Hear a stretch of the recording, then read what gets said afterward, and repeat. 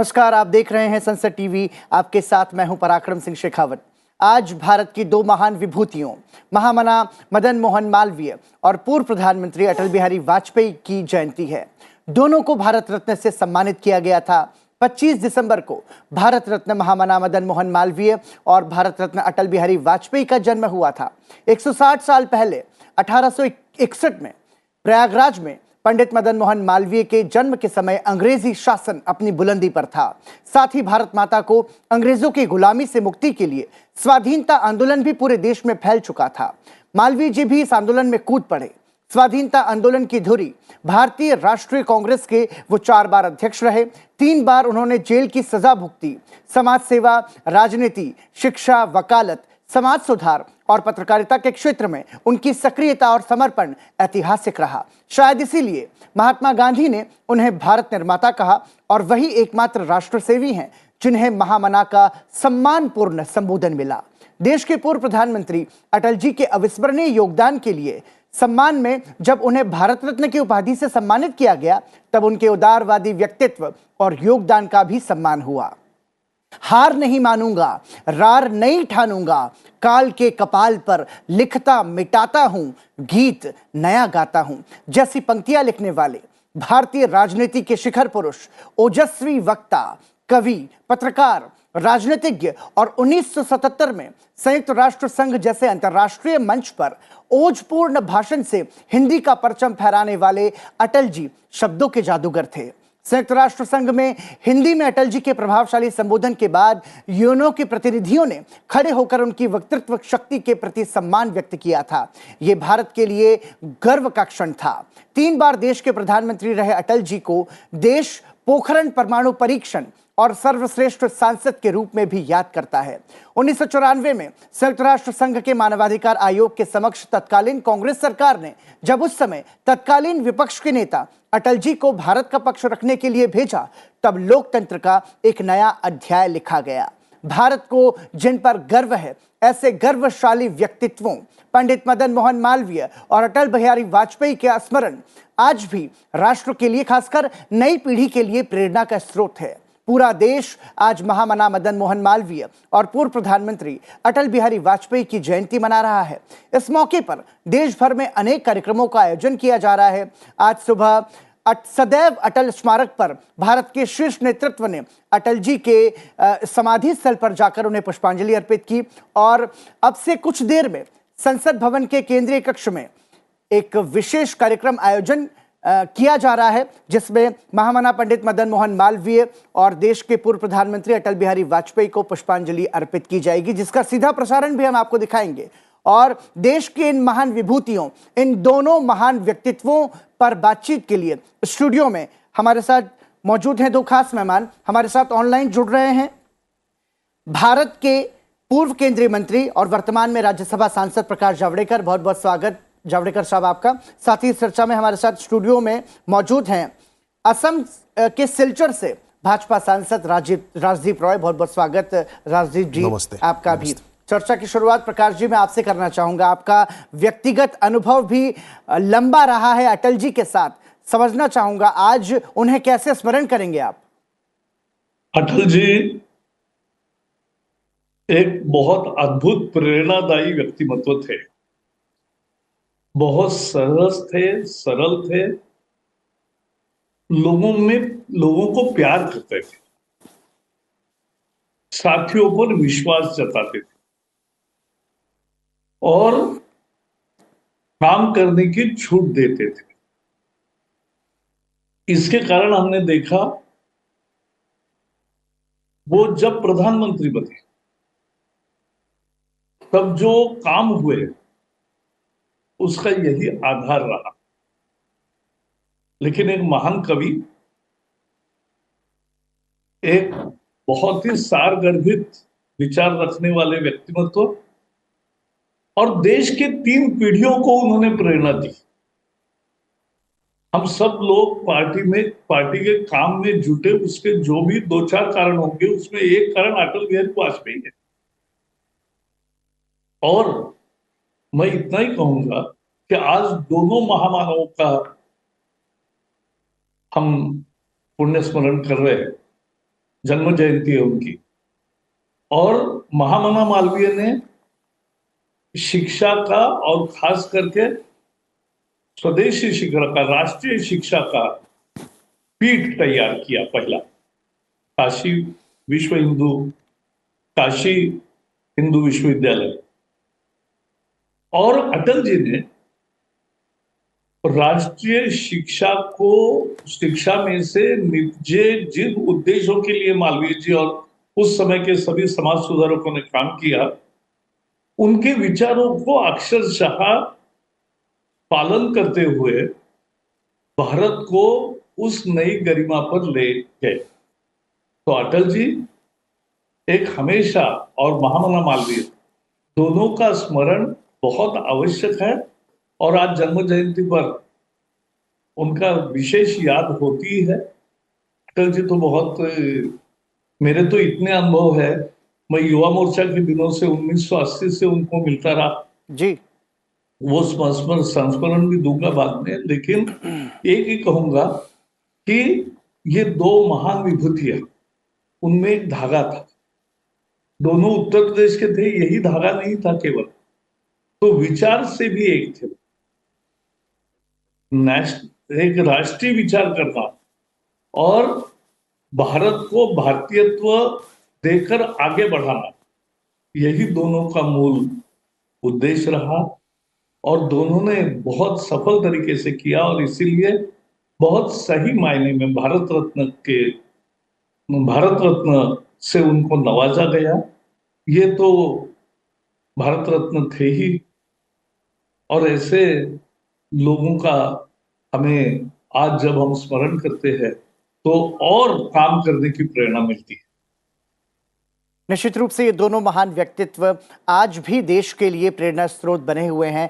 मैं समझना चाहूँगा राजदीप जी आपसे भी, दरअसल अटल जी का खास तौर से असम से एक विशेष लगाव रहा। पूरे पूर्वोत्तर भारत को विकास के तौर पर अग्रणी रखने में उन्होंने कई अभूतपूर्व प्रयास किए। और ये भी हमने सुना राजदीप जी कि अटल जी आपके घर पर आकर भी 3 बार रुके थे। मैं आपसे वो संस्मरण जानना चाहूँगा आज के दिन। देखिए, पहले तो मैं पंडित मदन मोहन मालवीय जी और पंडित अटल बिहारी वाजपेयी जी को मैं अपने तरफ से आज पूरे देश की साथ मैं उनको प्रणाम निवेदन करना चाहता हूँ। ऐसे जैसे विभूति सचराचर हमारे बीच में नहीं आते, सालों सालों बाद आते हैं। देश को और दुनिया को ये लोग प्रेरणा देते हैं। और जहाँ तक अटल जी के व्यक्तित्व की सवाल है, मैं बचपन में एकदम बहुत करीब से मैंने अटल जी को देखा है, क्योंकि मेरे पिताजी जनसंघ की समय से, फिर बीजेपी के समय से वो एमएलए थे। तो हमारे घर में तब का समय में बीजेपी का साधन ज़्यादा नहीं हुआ करते थे जी। असम में बीजेपी का गढ़ माना जाता है तो सिलचर में ही माना जाता है, और सिलचर से ही पहली बार बहुत सारे एमएलए और एमपी बन के उभर के आए। तो उसी समय सारा जो मीटिंग वगैरह से लेके जो भी होता था वो मैंने अपना करीबी से देखा है। अपना घर में अटल जी आते हैं या कोई भी भारतीय जनता पार्टी की लीडर आते थे तो हमारे घर में ठहरते थे। तो हम जब छोटे थे तो उनका सानिध्य मिला था, हम लोगों को प्यार मिला था। और छोटे छोटे चीज़ पे जैसे बात करते थे अपने लेवल से नीचे उतर के, कि हम लोग तब 7-8 साल 10 साल के थे, फिर 14 साल जब थे तब भी आए, तो हमारे लेवल में आके क्या खेलते, क्या पढ़ाई करते, उसको पहचानते कि नहीं, इसको पहचानते नहीं, देश की जो राष्ट्रीय चिन्ह है उसके बारे में पूछते थे। देश को अनुप्रेरणा देने के लिए हम लोगों को वो काफ़ी सवाल पूछते थे। और उनका सहज जो व्यक्तित्व था, जो उनका इतना बड़े आदमी होने का बाद, इतना बड़े स्टेट्समैन होने का बाद भी उन्होंने कभी भी अपना बच्चों का साथ, अपना जो वो एक अहम और ईगो जो होता है वो छोड़ के आके उनका लेवल में आके हम लोगों से, हम लोग 3 भाई थे, हमारे काफ़ी सारे और भाई बहन थे, सब मिलके उनका साथ बैठते थे, बात करते थे, फ़ोटो भी खींचते थे। तब वो सब याद हमारे पास अभी भी है। हम आशा करते हैं कि अटल जी की जो जीवन शैली है, अटल जी की सहज जीवन शैली है, और उनके जो व्यक्तित्व है, उनका जो अंदर की जो एक स्ट्रेंथ, कैरेक्टर की स्ट्रेंथ है, उसको हम आने वाले पीढ़ी के पास ले जाए। उनके जो क्वालिटीज़ है वो भी हम आशा करते हैं कि अटल जी की क्वालिटी सब में हो, देश की जो राष्ट्रीय जो प्रेरणा है, स्रोत है, वो भी आने वाले पीढ़ी के पास जाए, वो भी इम्यूलेट करे उसको, ऐसा मेरा आशा है। निश्चित रूप से पंडित मदन मोहन मालवीय और अटल बिहारी वाजपेयी दोनों ही महान व्यक्तित्व रहे। अटल जी को भारतीय राजनीति का शिखर पुरुष भी कहा जाता है। और इस चर्चा में हमारे साथ वरिष्ठ पत्रकार रोशन गौर भी जुड़ चुके हैं। बहुत बहुत स्वागत रोशन जी आपका भी। रोशन जी, आपसे समझना चाहूंगा, देखिए अटल बिहारी वाजपेयी आपकी और हमारी बिरादरी के पत्रकार होते हुए देश के प्रधानमंत्री के पद तक का सफर उन्होंने तय किया। मैं समझना चाहूंगा आपके व्यक्तित्व में अटल बिहारी वाजपेयी का व्यक्तित्व कैसा था? देखिए, मैं लगभग 25 सालों से बीजेपी कवर कर रहा हूं। और मैंने बीजेपी कवर करने शुरुआत की तो अटल जी से कई बार मुलाकात की। और खासकर उस दौर में जिस वक्त इस देश में जो राजनीति थी वो धर्म की तरफ सांप्रदायिक राजनीति थी, और जो गठबंधन की राजनीति थी उससे जो बाहर निकले, उन्होंने गठबंधन में रहते हुए एक विकास की राजनीति की शुरुआत की। अब देखिए, जब उन्होंने सरकार बनाई थी तो 24 दल उनके साथ जुड़े हुए थे, और बिना किसी को नुकसान किए, और उन्होंने जो देश की एक नई धारा विकसित की, उन्होंने जो सड़कें बनाने का काम शुरू किया, उन्होंने ग्रीन एयरपोर्ट बनाने का काम शुरू किया, तो उन्होंने एक विश्वास जीता कि जो राजनीति है वो धर्म और संप्रदाय से ऊपर उठकर विकास की तरफ जा सकती है। तो उन्होंने एक धारा ही बदल दी थी उसके बाद, जब वो प्रधानमंत्री बने। और उसके बाद आप देखिए कि हमारे देश में विकास की राजनीति चली, और वो राजनीति आज तक कायम है। और जो उन्होंने सड़कें बनाने का गोल्डन क्वाड्रिलेटरल, जो उन्होंने उत्तर से दक्षिण और पूर्व से पश्चिम सड़कें और रेल, और उसके बाद उन्होंने हवाई जहाज की जो उन्होंने एयरपोर्ट बनाने का काम किया, वो जिस स्तर पर ले गए थे, आज ये देश उस विकास की गति पर है। गांव गांव में जो उन्होंने सड़क बनाने का काम किया, आज उसका लाभ पूरे देश को मिल रहा है। और जो वर्तमान सरकार है उसी काम को वो बहुत बड़े पैमाने पर आगे ले गई। तो मुझे लगता है कि इतना बड़ा जो काम किया है, एक उन्होंने जो राजनीति की धारा ही बदल दी। एक मैं आपको उनका एक किस्सा सुनाता हूं। जिस वक्त जयललिता ने उनकी सरकार से समर्थन वापस ले लिया था जी, और सिर्फ एक वोट से सरकार गिरनी थी, सिर्फ एक वोट चाहिए था, और वो चाहते तो व्यक्तिगत तौर पर कांग्रेस से या जो उसमें मुख्यमंत्री बन गए थे गिरधर गोमांग, उनसे बात कर सकते थे कि आप वोट मत डालिए तो सरकार बच सकती थी। जी, लेकिन उन्होंने साफ मना कर दिया था कि हम कोई समझौता नहीं करेंगे, और हमारी जो जो जो हमारी राजनीति है वो सिद्धांतों पर आधारित है, हम अपने सिद्धांत नहीं छोड़ेंगे। और उन्होंने बिल्कुल अपने पर एक लांछन तक नहीं आने दिया। उनकी सरकार गिर गई लेकिन उन्होंने समझौता नहीं किया। तो ऐसे व्यक्ति थे जिन्होंने अपने सिद्धांतों पर, अपनी जो उनकी विकास की जो उनकी राजनीति थी उन पर समझौता नहीं किया। तो हम सब लोग उनको याद करते हैं, और क्योंकि पत्रकार बिरादरी के हैं तो आज भी हम उनको याद करते हैं कि जो अटल बिहारी वाजपेयी जी का समय था, उनसे मिलना जुलना था, जब भी हम मिलना चाहते थे, जब भी संपर्क करते थे, वो जरूर बुलाते थे, चाय पर बुलाते थे। और अपने घर यहाँ जो आज उस वक्त 7 था, अंदर तक हम लोग चले जाते थे। तो इतनी खुलापन था कि हम उन्हें बहुत याद करते हैं, बहुत मिस करते हैं। जो हमारी पूरी पत्रकार बिरादरी है उनको बहुत मिस करती है। प्रकाश जी, सरकारें आती जाती रहेंगी लेकिन देश चलते रहना चाहिए। रोशन जी ने एक वोट से सरकार गिरने का जिक्र यहां पर किया। निश्चित रूप से आदर्श और सिद्धांतवादी राजनीति का एक प्रमाण अटल बिहारी वाजपेयी देश को सौंप कर गए, क्या कहेंगे आप? किसको पूछ रहे हैं? मुझे? जी जी प्रकाश जी, आपसे। अच्छा, तो पहले तो ये बताओ कि उन्होंने क्या किया राजनीति में। आपको याद होगा 1996 में सबसे बड़े पार्टी के रूप में बीजेपी उभर आई, लेकिन 161 सीटें ही थी और सरकार तो बनी, लेकिन एक भी पार्टी हमारे साथ नहीं आई और 13 दिन में वो सरकार गई जी। उसके बाद 2 साल के बाद 98 में जब चुनाव का मुद्दा आया, तब हमारे साथ इतने दल आए, 20, 22, 24 दल आए। इसमें अटल जी का बहुत बड़ा रोल है, क्योंकि अटल जी पर एक पूरे देश का विश्वास था। तो भारतीय जनता पार्टी से उनको अलग अलग राय हो सकती है, हर पार्टी की होती भी है, लेकिन फिर भी एक ऐसा ध्रुव होना चाहिए कि जो पकड़ के रखेगा। जी। तो वो थे अटल बिहारी वाजपेयी, और इसलिए सारे दलों ने उन पर विश्वास किया। ममता जी हमेशा, तेवर उसके पहले से ही है तेज, तो वो मंत्रिमंडल के बैठक में भी करती थी। हम्म। तो उसका हुआ क्या कि जब अटल जी, उनकी मां बीमार थी, तो अटल जी कलकत्ता गए, तो वो उनके घर गए, पतली गली में वो रहती, वहां गए, और उनके ममता जी के माँ को, ममता जी के माँ ने कहा, अटल जी आप क्यों यहाँ आए, हम आते राजभवन में। नहीं, बोल रहे मुझे शिकायत करने आना था जी। कि आपकी बेटी मुझे बहुत तंग करती है। तो ये जो प्यार का अंदाज है, ये सबको जोड़े रखता है। बिल्कुल। तो ये जोड़ने का काम अटल जी ने किया, और इसलिए बना। और जो उदाहरण दे रहे हमारे मित्र की, एक वोट से गिरे, लेकिन वही एक वोट ने उनको बहुत ज्यादा मजबूत सरकार दी। जी। तो ये इस तरह से अटल जी हमेशा लड़ाई को भी तैयार रहते थे, और सबके साथ चलने को भी तैयार होते थे, और उन्होंने लाया। केवल यानी केवल सड़कें नहीं जोड़ी, केवल हवाई यातायात नहीं जोड़ी, हम्म। केवल टेलीफोन कनेक्टिविटी, क्योंकि टेलीफोन दुश्वार होता था।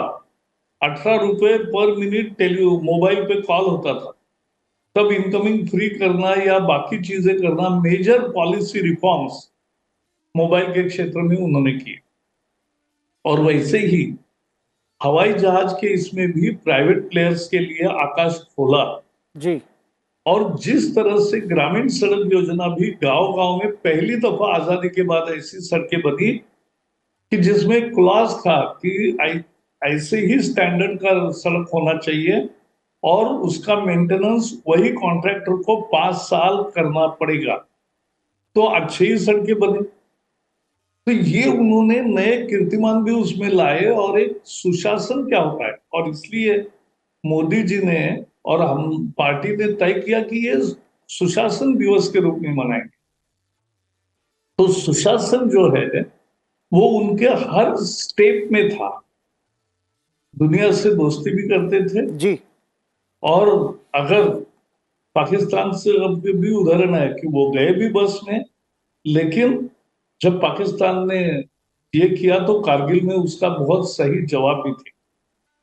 तो ये अटल जी, देश हित सर्वोपरि होता है, और देश हित के सामने फिर वो दूसरे किसी चीज की परवाह नहीं करते थे, और लेकिन सब लोगों को जोड़ के रखते, यही प्यार। और मुझे तो जैसे हमारे आसाम के सांसद ने बताया उदाहरण, तो मेरे यहाँ भी वो, हम दो, एक वन वन बेडरूम किचन में हम रहते थे, जी। तब जाके वो आए, मेरे घर आए थे। मैं युवा मोर्चा का काम करता था, मेरा छोटा बेटा था, तो वहां उस समय फल का वगैरह इतना प्रचलन भी नहीं था, तो हमने फल ला के रखे, तो हमारा उनके साथ बेटा बैठकर वो भी खाने लगा। जी। तो मैंने देखा वो सारे फल को उन्होंने उसको खिलाया। तो ये एक, ही वॉज ए रियल, यानी फैमिली नहीं थी उनकी, लेकिन फैमिली मैन ही थे वो। तो सबको बहुत प्यार बांटते थे, और इसलिए जिंदगी भर सबका, सबको याद रहता है।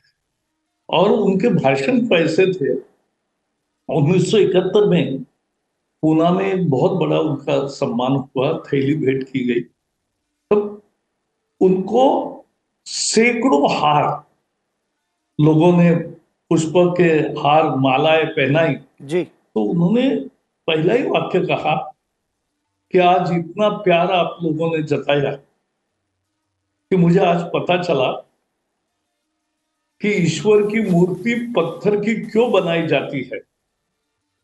क्योंकि वो भक्तों के प्यार का बोझ सहन कर सके। जी। अब ऐसी अद्भुत प्रतिभा अटल जी की हो सकती है।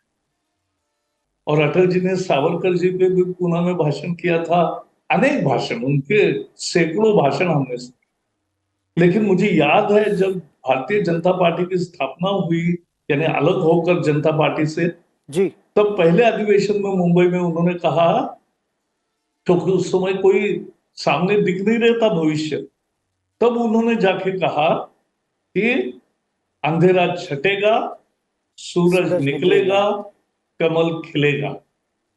और इसी को दृष्टा कहते हैं कि आज ये सब हुआ, लोग देख रहे हैं, और उनके समय भी हुआ। ये अदम्य विश्वास के साथ उन्होंने काम किया, और ये भारत के ऐसे नेता हुए कि जो केवल अपने वाणी से उन्होंने लाखों कार्यकर्ताओं का निर्माण किया, बीजेपी के तरफ उनको खींच लाया, जी। और वो आज सब याद करते हैं। और एक मालवीय जी का भी बताना चाहता हूं, वहां ओमकार नाथ ठाकुर जी ने संगीत दिया, उनका एक विश्वविद्यालय का कुलगीत है, हम्म। और उस कुलगीत में उसका वर्णन है, ये सर्व विद्या की राजधानी। तो सभी प्रकार की विद्या भारत में वो सीखे नई पीढ़ी, और भारत आगे बढ़े सभी क्षेत्रों में। ये महान दृष्टि उनकी थी, और लोगों से पैसा इकट्ठा करके, चंदा इकट्ठा करके, गरीबों से भी, सबसे ये विश्वविद्यालय का निर्माण किया। ये अद्भुत काम था। तो ये जो काम किया है, ये मुझे लगता है जितनी याद करे कम है। दोनों महापुरुष है, हमारी बहुत आदरांजलि है। निश्चित रूप से दोनों ही महान विभूतियों ने देश को आगे बढ़ाने में महत्वपूर्ण योगदान दिया है। राजदीप जी, अटल जी कहते थे कि व्यक्ति जो है वो पद और आसन से बड़ा नहीं होता है, व्यक्ति बड़ा होता है अपने मन से, क्योंकि मन के आगे कुबेर की संपदा भी रोती है। मैं समझना चाहूँगा, प्रधानमंत्री ग्राम सड़क योजना का जिक्र यहाँ पर सब कर रहे हैं, और विशेष रूप से गांवों को आगे बढ़ाने में, गांवों के विकास को आगे बढ़ाने में अटल जी का एक विशेष झुकाव था और उनकी कोशिशें थी, और उन्होंने उसको साकार भी किया।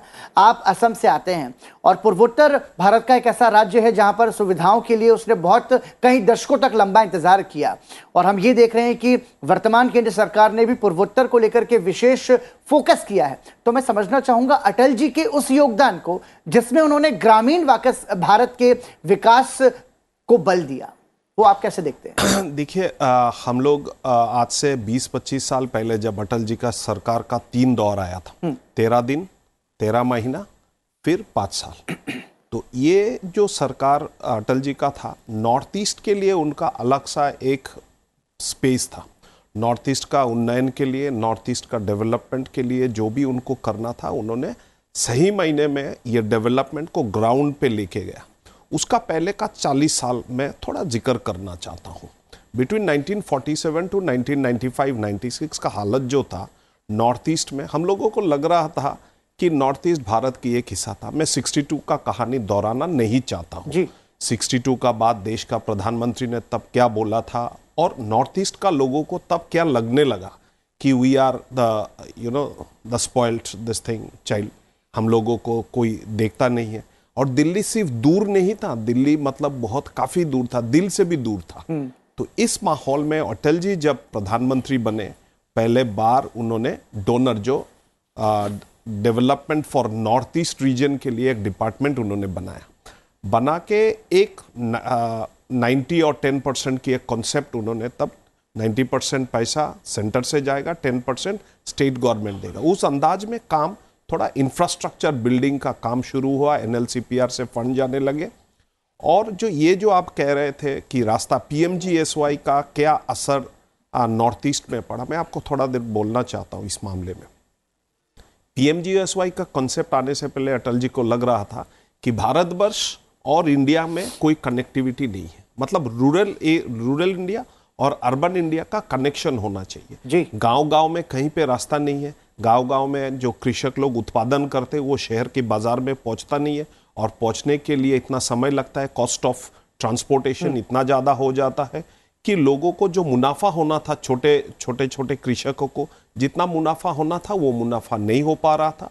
तो ये सब सोच के उन्होंने ये PMGSY किया। जब हमारे आज से 22-23 साल पहले जब PMGSY का पहला रास्ता असम में होने लगा, लोगों को लगने लगा कि नहीं अभी अटल जी आए हैं, अभी हमारा यहाँ पे रास्ता होगा। तो मेरे को अभी भी याद है PMGSY का, असम का PMGSY का पहला रास्ता, तब का समय का असम का मुख्यमंत्री थे प्रफुल्ल कुमार महंत जी, उनका एरिया में एक रास्ता सिलेक्ट हुआ और मेरे पिताजी तब MLA थे, तो वो अपोजिशन की लीडर थे, तो उनका कॉन्स्टिट्यूएंसी में, मतलब हमारा कॉन्स्टिट्यूएंसी में एक PMGSY का रास्ता हुआ।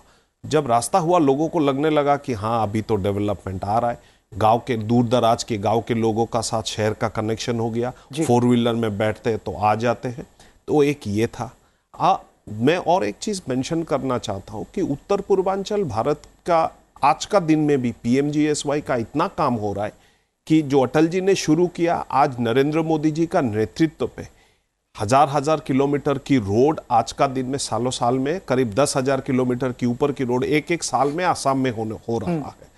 तो लोग, people are very very happy. People को लग रहा है कि भारतीय जनता पार्टी की सरकार, अटल जी ने जो शुरुआत किया उसी रास्ता पे मोदी जी आज चल रहे हैं। गांव-गांव को कनेक्टिविटी का इशू में हम लोग बहुत अच्छा कर रहे हैं, लोग सेटिस्फाइड है। आने वाले दिन में देखिए, अभी तो NEC का भी कुछ दिन पहले मीटिंग हुआ। हमको याद है NEC का मीटिंग चेयर करने के लिए तब का समय में अटल जी जाते थे Shillong is the capital, NEC का हेड ऑफिस शिलोंग में है। तो तब का समय में अटल जी जब 2004 में उनका आखिर का जो प्रधानमंत्री शिप का जो लास्ट पार्ट है, उससे कुछ दिन पहले भी वो उधर गए थे। NEC का मीटिंग को उन्होंने चेयर किया। नॉर्थ ईस्ट का डेवलपमेंट के लिए उन्होंने जो कुछ भी करना था उन्होंने किया। और हमको एक चीज बोलना बहुत जरूरी है, 70 का दशक में, 70s, 80s, 90s, जब भारतीय जनता पार्टी का नॉर्थ ईस्ट में, पूर्वोत्तर भारत में कुछ नहीं था जी, अटल जी, आडवाणी जी, मुरली मनोहर जोशी जी, कुशाभाऊ ठाकरे जी, मैं नाम लेना चाहता हूँ इन लोगों के, सबके महान विभूति, सुंदर सिंह भंडारी जी, सोनी जी, सब नॉर्थ ईस्ट के हमारे इलाका की गांव-गांव, गली-गली में वो लोग गए। जनसाधारण को एक प्लेटफॉर्म में, जैसे राष्ट्रवाद की प्लेटफॉर्म में लाके, एकात्म मानवतावाद की प्लेटफॉर्म में लाके कैसे एक वायबल ऑल्टरनेटिव खड़ा किया जाए कांग्रेस की, क्योंकि Congress was much focused on lot of other issues which were not inherent to our cultural civilization की, जो हमारे जो एकात्म मानववाद के दृष्टिकोण से देखा जाता है। तो अटल जी, आडवाणी जी, मुरली मनोहर जी, मैंने सबका नाम लिया, नॉर्थ ईस्ट में जाते थे, लोगों को उद्बुद्ध करते थे, उनका वाणी से, कार्यक्रम से, उनके भाषण से, उनकी आइडियोलॉजी से। और हम लोग, जैसे अभी प्रकाश जावड़ेकर जी ने बोला है कि 3-3 पीढ़ी में, तो 3-3 पीढ़ी नहीं, 5-5 पीढ़ी को मैं देखा है। 5-5 पीढ़ी अटल जी के बानी पे एकदम पूरा वो है। आज लग रहा है कि मेरे 2 जनरेशन पहले से लेके 1 जनरेशन नीचे तक अटल जी को रेवरेंस के साथ सोचते हैं, रेवरेंस के साथ उनको प्रणाम करते हैं, नमन करते हैं, उनकी रेफरेंस देते हैं। और इनका और एक चीज आज बात में नहीं उठ के आया, अटल जी का विट बड़ा अच्छा था। वो बहुत अच्छे वन लाइनर देते थे। अटल जी वॉज ए पत्रकार, Atal ji was a statesman, Atal ji was a politician, Atal ji was a कवि। सबने बोला कि अटल जी के जो रेडी विट था, जो 1 सेकंड में बोल देते थे, वो एक बार मेरे को अभी भी याद है, 1984 में जब सिलचर में पहले दूरदर्शन आया था, तब इंडिया के information broadcasting minister Ajay Panja थे। तो वो सिलचर गए, हमारा वहाँ पे MP लोगों का साथ बैठ के उसका इनॉग्रेशन किया। उसका ठीक 3-4 दिन बाद अटल जी का दौरा था। तो गाड़ी में जब अटल जी बैठे हुए थे, तो हमारा एक छोटा सा गाड़ी होता था, तब मैं 83-84 की बात कर रहा हूँ। अटल जी पीछे की सीट में बैठे हुए थे, मैं ड्राइवर के साथ सामने का सीट में, और कोई नहीं था। मैं आई वॉज हार्डली 14 ईयर्स। तो मेरे पिताजी ने बोला कि अटल जी, दोपहर का भोजन होने का बाद आप अटल जी को लेके सभा स्थल पे पहुंचे। अटल जी आएंगे सुन के पूरा सिलचर की सड़क भर एकदम वो हो गए लोगों से। अटल जी ने क्या किया, सब अटल जी को छूना चाहते थे, अटल जी का ग्लास का अंदर हाथ घुसा के अटल जी को टच करना चाहते। तो उन्होंने क्या किया, ग्लास थोड़ा जो मिरर है उसको थोड़ा नीचे किया करके सबको नमस्कार किया, और जस्ट एक ही बात बोला कि दूरदर्शन, दूर से दर्शन, दूरदर्शन करते करते करते सबको एकदम सब बहुत खुश हो गए और ये बात कोई रिलेट करते हैं ना। बिल्कुल। तो और 2 आपने दिन जो पहले हाजिर जवाबी का जिक्र किया, मुझे यहाँ पर याद आ रहा है पाकिस्तान का एक वाकया जिसमें एक महिला ने, अब वो पत्रकार थी या राजनेता थी मुझे नहीं पता, उसने कहा था अटल जी मैं आपसे शादी करना चाहती हूँ लेकिन मुझे मुंह दिखाई में कश्मीर चाहिए। आगे की चर्चा को बढ़ाएंगे, लेकिन ये सीधी तस्वीरें आप देख रहे हैं संसद भवन के केंद्रीय कक्ष से, जहां पर प्रधानमंत्री नरेंद्र मोदी, लोकसभा अध्यक्ष ओम बिरला पहुंच चुके हैं। महामना पंडित मदन मोहन मालवीय और भारत रत्न देश के पूर्व प्रधानमंत्री अटल बिहारी वाजपेयी की जयंती पर संसद भवन के केंद्रीय कक्ष में एक विशेष कार्यक्रम का आयोजन किया गया है। प्रधानमंत्री नरेंद्र मोदी महामना पंडित मदन मोहन मालवीय के चित्र पर पुष्पांजलि अर्पित कर रहे हैं। लोकसभा अध्यक्ष ओम बिरला पुष्पांजलि अर्पित करते हुए, आज कृतज्ञ राष्ट्र देश की 2 महान विभूतियों को याद कर रहा है। 25 दिसंबर की तारीख इतिहास के पन्नों में इसलिए याद की जाती है क्योंकि आज देश की 2 महान विभूतियां एक साथ जन्मी थी। आज जन्म जयंती है। इसमें भीतर जाने के लिए एक बड़ा द्वार है, इसमें अनेक स्थानों में पवन और प्रकाश के लिए खिड़कियां और झरोखे हैं। भीतर बड़े बड़े खंभे और दालान हैं। धूप और पानी के रोकने के लिए छत्ते और छज्जे बने हुए हैं। दालान में कोठरी में भिन्न भिन्न प्रकार से मनुष्य को सुख पहुंचाने का प्रबंध किया गया है। घर के भीतर से पानी बाहर निकालने के लिए नालियां बनी हुई हैं। ऐसे विचार से घर बनाया गया है कि रहने वालों को सब ऋतु में सुख देवे। इस घर को देखकर हम कहते हैं कि इसका रचने वाला कोई चतुर पुरुष था, जिसने रहने वालों के सुख के लिए जो जो प्रबंध आवश्यक था उसको विचार कर घर रचा। हमने रचने वाले को देखा भी नहीं, तो भी हमको निश्चय होता है कि घर का रचने वाला कोई था या है, और वो ज्ञानवान विचारवान पुरुष है। अब हम अपने शरीर की ओर देखें। हमारे शरीर में भोजन करने के लिए मुंह बना है, भोजन छापने के लिए दांत है, भोजन को पेट में पहुंचाने के लिए गले में नाली बनी है, उसी के पास पवन के मार्ग के लिए एक दूसरी नाली बनी है। भोजन को रखने के लिए उधर में स्थान बना है। भोजन पचकर रुधिर का रूप धारण करता है और वो हृदय में जाकर इकट्ठा होता है और वहां से सिर से पैर तक सब नसों में पहुंचकर मनुष्य के संपूर्ण अंग को शक्ति, सुख और शोभा पहुंचाता है। भोजन का सेवन शरीर के लिए आवश्यक नहीं है, उसके मल होकर बाहर जाने के लिए एक मार्ग बना हुआ। दूध, पानी या अन्य रस का तो संसद भवन परिसर के केंद्रीय कक्ष में प्रधानमंत्री नरेंद्र मोदी, लोकसभा अध्यक्ष ओम बिरला के साथ तमाम केंद्रीय मंत्रियों और संसद सदस्यों ने महामना पंडित मदन मोहन मालवीय के चित्र पर पुष्पांजलि अर्पित की। और अब देश के पूर्व प्रधानमंत्री भारत रत्न अटल बिहारी वाजपेयी के चित्र पर पुष्पांजलि अर्पित कर रहे हैं लोकसभा अध्यक्ष ओम बिरला। प्रधानमंत्री नरेंद्र, प्रश्नकाल न होने से मंत्री स्वतंत्र हैं, सदन में रहना उनके लिए आवश्यक नहीं है। शून्यकाल शून्य में विलीन होने के कारण हमारे मीडिया के मित्र ये भरोसा कर सकते हैं कि आज कोई हाथापाई की नौबत आने वाली नहीं है।